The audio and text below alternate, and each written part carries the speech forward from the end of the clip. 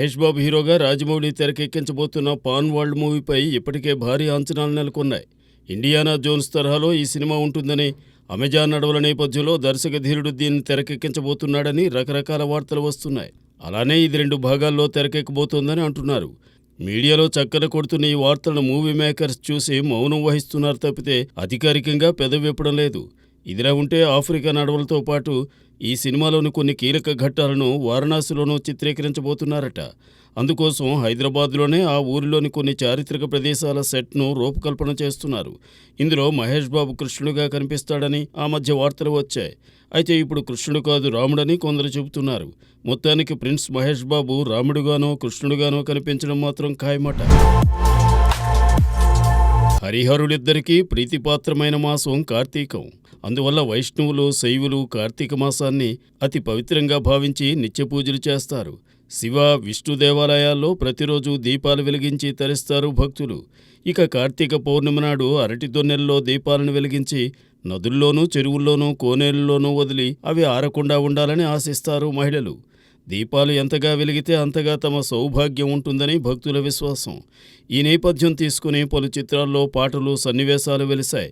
కార్తీక మాసం రాగానే కార్తీక దీపంలోని పాటనే ఎక్కువగా తలుచుకుంటారు జనం. సత్యం స్వరకల్పంలో దేవులపల్లి రాసిన ఆరణీకుమా ఈ దీపం పాట ఈనాటికి భక్తుల నోట నాట్యం చేస్తూనే ఉండడం విశేషం. కార్తీక మాసంలో దీపాలు వెలిగించి నీళ్లలో వదిలేవారు తప్పకుండా ఈ పాటనే మననం చేసుకుంటారని చెప్పవచ్చు. విశాఖ ఉక్కు తెలుగువారి హక్కు నినాదంతో దర్శక నిర్మాత హీరో సత్యారెడ్డి రూపొందించిన సినిమా ఉక్కు సత్యాగ్రహం. ప్రజాయుద్ధ నౌక గద్దర్ నటించిన చివరి చిత్రం ఇదే. ఇందులో గద్దర్ 3 పాటలు పాడి 2 పాటల్లో కొన్ని సందేశాత్మక సన్నివేశాల్లో నటించారు. గోరేటి వెంకన్న, సుద్దాల అశోక్ తేజ మిగిలిన పాటలకు సాహిత్యం అందించారు. ఈ సినిమాని ఈ నెల 29న దాదాపు 300 థియేటర్లలో విడుదల చేయబోతున్నట్టు సత్యారెడ్డి తెలిపారు. 32 మంది ప్రాణత్యాగంతో సాధించుకున్న విశాఖ స్టీల్ ప్లాంట్ను ప్రైవేటీకరించకూడదనే ధ్యేయంతో రూపుదిద్దుకున్న చిత్రం ఇదని, స్టీల్ ప్లాంట్లోని కార్మిక సంఘాల నాయకులు, భూ నిర్వాసితులు ఇందులో నటించారని సత్యారెడ్డి చెప్పారు. మిథున్ చక్రవర్తి హీరోగా పలు మసాలా మూవీస్ తెరకెక్కాయి. వాటిలో బబ్బర్ సుభాష్ నిర్మించి దర్శకత్వం వహించిన కసం పైదా కర్నేవాలీకి ఒకటని చెప్పవచ్చు. ఆస్తి కోసం అన్న కొడుకును చంపేస్తాడు ఉదయబాన్ అనే వ్యక్తి. హతుని భార్య పగ సాధించాలని తన కొడుకును పెంచి పెద్ద చేస్తుంది. తండ్రిని చంపిన హంతకుడెవరో తెలియజేసి పగ తీర్చుకోమంటుంది. తన తండ్రిని అంతమొందించిన వాడిని చివరకు కొడుకు మట్టు పెడతాడు. దాంతో ఆ తల్లి సంతోషిస్తుంది. 1984 నవంబర్ 15న విడుదలైన కసం పైదా కర్నేవాలాకిలో మిథున్ తండ్రి కొడుకులుగా ద్విపాత్రాభినయం చేశారు. తల్లి పాత్రలో స్మితా పాటిల్ నటించగా కొడుకు జోడీగా సల్మా ఆగా కనిపించింది. ప్రతినాయకుని పాత్రలో అమరీష్ పురి నటించారు. ఈ చిత్రానికి బప్పీ లహరి సంగీతం, అంజాన్ పాటలు పెద్ద అసెట్. ఈ సినిమా తమిళంలో మంగమ్మ శబదంగా రీమేక్ అయింది.